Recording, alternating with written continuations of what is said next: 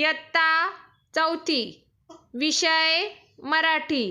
मराठी विषयाच्या ऑनलाईन वर्गात मी तुमचे हार्दिक स्वागत करते. नमस्कार विद्यार्थी मित्रांनो, कसे आहात? मजेत ना? मजा करताय ना? मी आशा करते की तुम्ही सुरक्षित असाल. तर मग आज आपण मराठी विषयाच्या तासाला सुरुवात करूया. हे कशाचे चित्र आहे मुलांनो? सांगा बरं. नदी. अगदी बरोबर, हे नदीचे चित्र आहे. हे कशाचे चित्र आहे मुलांनो? तलाव. अगदी बरोबर, हे चित्र तलावाचे आहे. हे चित्र कशाचे आहे मुलांनो? समुद्र. अगदी बरोबर, हे चित्र समुद्राचे आहे. हे चित्र कशाचे आहे मुलांनो? महासागर. अगदी बरोबर, हे चित्र महासागराचे आहे. हे चित्र कशाचे आहे मुलांनो? तळे. अगदी बरोबर, हे चित्र तळ्याचे आहे. मुलांनो, आता आपण वेगवेगळी चित्रे पाहिली. त्यावर आधारित म्हणजे पाण्याच्या वेगवेगळ्या स्रोतांमध्ये वेगवेगळे जलचर प्राणी आपल्याला आढळून येत असतात. यामध्ये कासव, बेडूक, मगर, अजगर, मासे. तर मुलांनो, आज आपण या जलचर प्राण्यांपैकी मासा या प्राण्याविषयी एक गमतीदार गोष्ट आज आपण पाहणार आहोत. पण त्या अगोदर आपण मासा या प्राण्याविषयी आपण थोडक्यात माहिती जाणून घेऊया. तर मुलांनो, माशांमध्ये देखील वेगवेगळ्या प्रकारांचे मासे आपल्याला आढळून येत असतात. ते म्हणजे तारामासा, गोल्डफिश, डॉल्फिन, व्हेल मासा. तर मुलांनो, आता आपण माशांचे वेगवेगळे उपयोग पाहूया.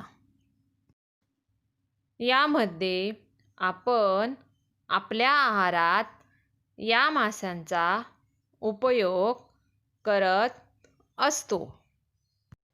तसेच वेगवेगळ्या प्रकारांची औषधं तयार करण्यासाठी या माशांचा उपयोग करत असतो.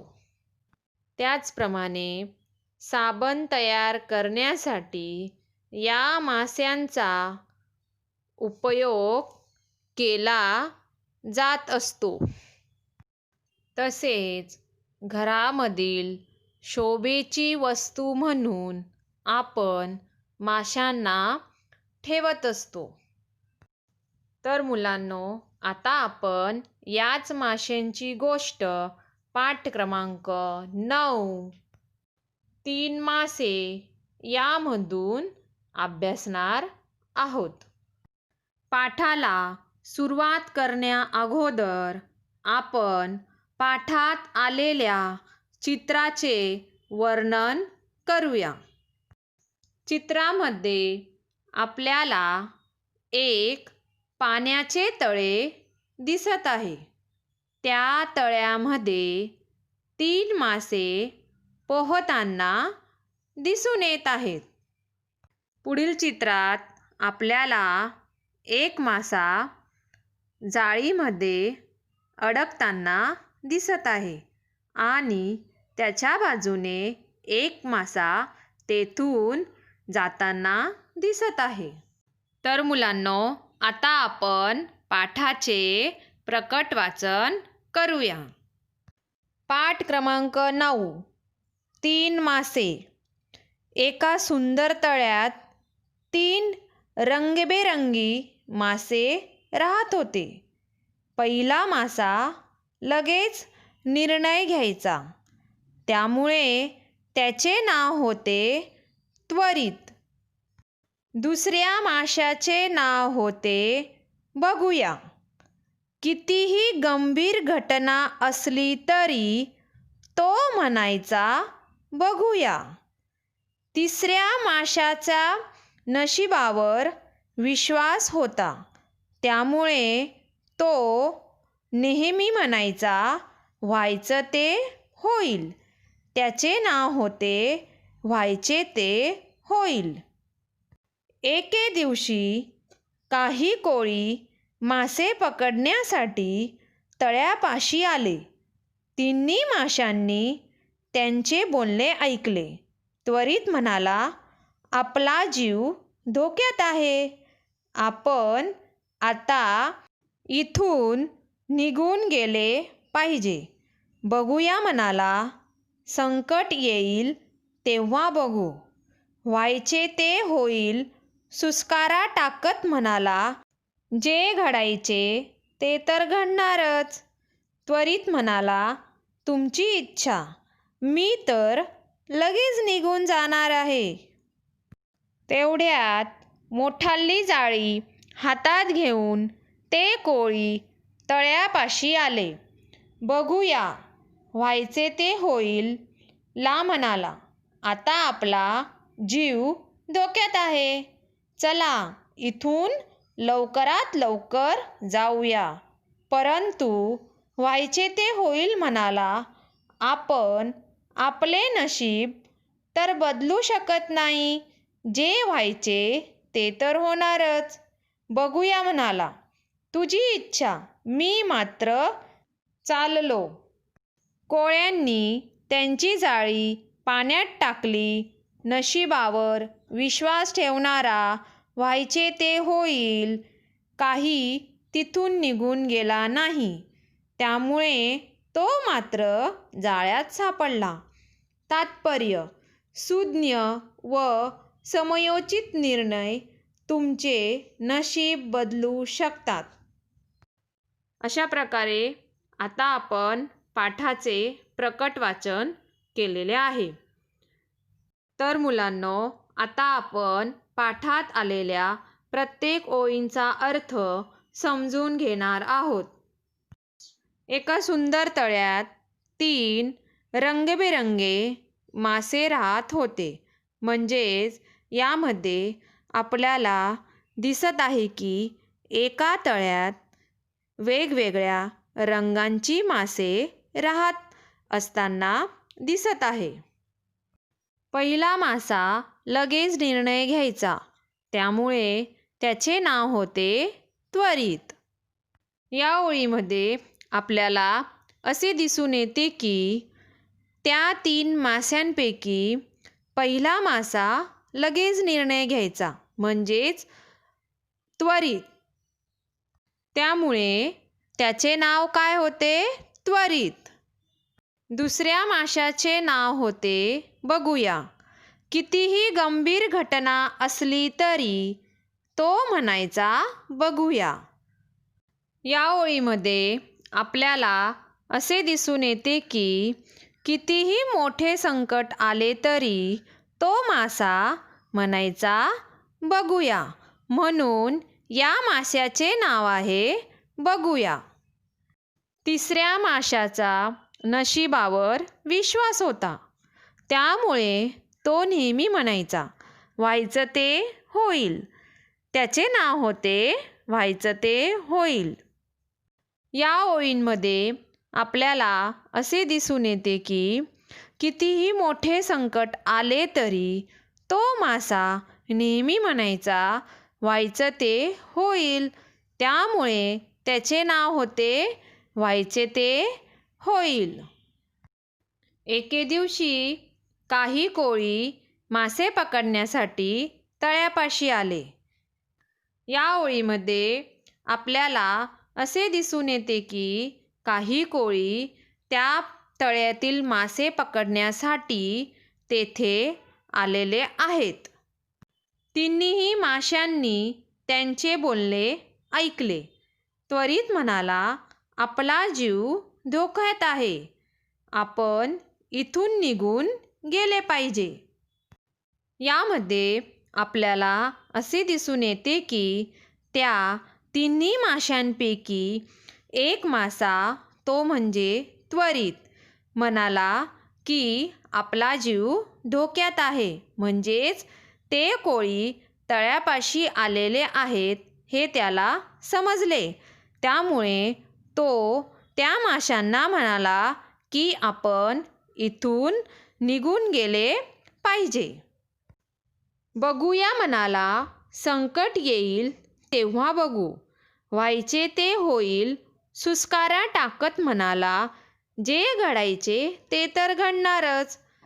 त्वरित म्हणाला, तुमची इच्छा, मी तर लगेच निघून जाणार आहे.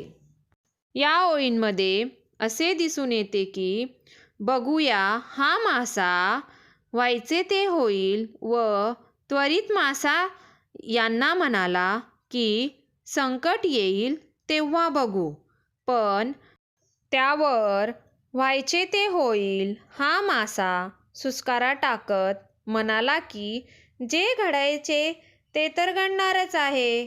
पण तरी देखील त्वरित म्हणाला, मी तर येथून निघून जाणार आहे. तुमची इच्छा. यामध्ये असे समजून येते की त्वरित मासा तेथून निघाला आहे. तेवढ्यात मोठाली जाळी हातात घेऊन ते कोळी तळ्यापाशी आले.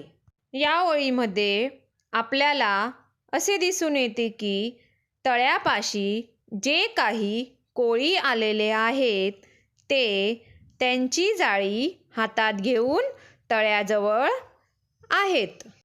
बघूया व्हायचे ते होईल ला म्हणाला, आता आपला जीव धोक्यात आहे. या ओळीमध्ये आपल्याला असे दिसून येते की बघूया हा मासा व्हायचे ते होईल या माशाला सांगतो की आपला जीव धोक्यात आहे, कारण तेथे आलेले कोळी जाळी पाण्यात टाकून त्या माशांना पकडणार आहेत. हे बघूया या माशाला समजते. चला लवकरात लवकर जाऊया. परंतु व्हायचे ते होईल म्हणाला, आपण आपले नशीब तर बदलू शकत नाही. बघूया हा मासा व्हायचे ते होईल या माशाला म्हणाला की आपण इथून लवकरात लवकर निघून गेले पाहिजे, कारण ते कोळी आपल्याला पकडण्यासाठी आलेले आहेत. व्हायचे ते होईल हा मासा बघूया या माशाला म्हणाला की आपण आपले नशीब बदलू शकत नाही. म्हणजेच आपण काहीही केले तरी आपले नशीब आपण बदलू शकत नाही. जे व्हायचे ते तर होणारच. बघूया म्हणाला, तुझी इच्छा, मी मात्र चाललो. बघूया हा मासा व्हायचे ते होईल या मासाला म्हणतो की तुझी इच्छा, मी मात्र येथून निघून जाणार आहे. हे आपल्याला दिसून येत आहे. कोळ्यांनी त्यांची जाळी पाण्यात टाकली.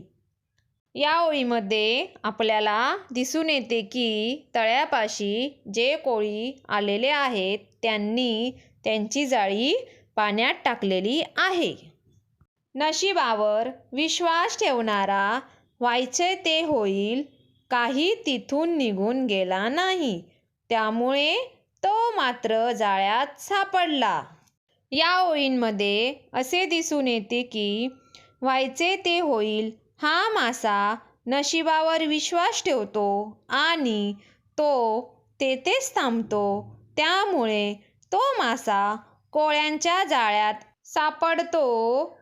यावरून असे लक्षात येते की त्या तळ्यातील त्वरित मासा आणि बघूया मासा तेथून निघून गेल्यामुळे त्या माशांचा जीव वाचतो. या गोष्टीचे तात्पर्य आहे, सुज्ञ व समयोचित निर्णय तुमचे नशीब बदलू शकतात. यावरून असे लक्षात येते की हुशारीने व योग्य निर्णय घेतल्यामुळे आपण आपले नशीब बदलू शकतो. तर मुलांनो, अशा प्रकारे आज आपण पाठ क्रमांक 9 3 मासे हा पाठ अभ्यासलेला आहे. तर यावर आधारित शब्दार्थ मी तुम्हाला समजून सांगते.